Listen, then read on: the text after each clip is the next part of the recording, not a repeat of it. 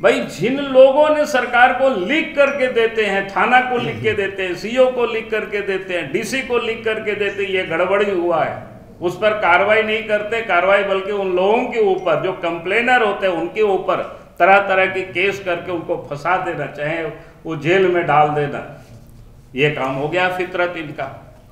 भाई अब ये बहुत दिनों तक नहीं चलेगी। और लोकतंत्र में जो कानून है उसका हर किसी को सम्मान करना चाहिए। और मैं तो आज कांग्रेस के साथ मिलकर सरकार चला रहे हैं। याद करिए, आज देश के जो प्रधानमंत्री नरेंद्र मोदी जी है, जब मुख्यमंत्री थे उस समय क्या कहते हैं, एटीएस क्या बोलते हैं उसको, एसआईटी के सामने 10 घंटा तक उनको पूछताछ हुई है। कोई ऐसा थोड़ो है, कभी कोई मोदी जी ने तो कभी कोई ये नहीं कहा कि भाई हम नहीं जाएंगे, नहीं ये करेंगे। और सदैव लोगों ने कानून का पालन किया है। बीजेपी के कोई लीडर आप याद करिए, मैं तो अडवाणी जी का भी याद करिए, उस समय उनके ऊपर छोटा सा करप्शन का आरोप लगा, पार्लियामेंट से रिजाइन दे करके चले गए। उन्होंने कहा कि दोष मुक्त होंगे तभी हम पार्लियामेंट पर कदम रखेंगे।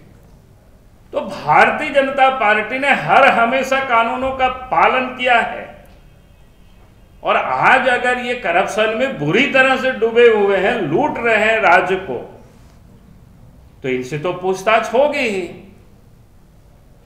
और हमने तो कहा कि भाई हमने जब पत्र लिखा मुख्यमंत्री को, हम तो कहते हैं कि भाई ईडी को पूछना चाहिए इनको। भाई अगर हमने 1.5 साल पहले पत्र लिखा था कि साहेबगंज गंगा में किस प्रकार से वहां पर पत्थर का इलीगल माइनिंग हो रहा है, आखिर इन्होंने मुख्यमंत्री ने कार्रवाई क्यों नहीं किया? तो ये जो स्थिति है, पूरे लूट जिसको बोलते हैं मचाए हुए हैं। और आज उनको आदिवासी याद आ रहा है, वो लोग तरह तरह की बातें बोल रहे हैं, बीजेपी के वर्करों को धमकी दे रहे हैं। भाई बीजेपी के वर्कर तो लोकतंत्र तरीके से आंदोलन करती रहे, आज से नहीं वर्षों से करती रही। किसी के जमाने में कोई कभी हम लोग कोई डरे नहीं और उससे कोई विचलित नहीं हुए। और इसलिए हम कहेंगे कि विनम्र होकर के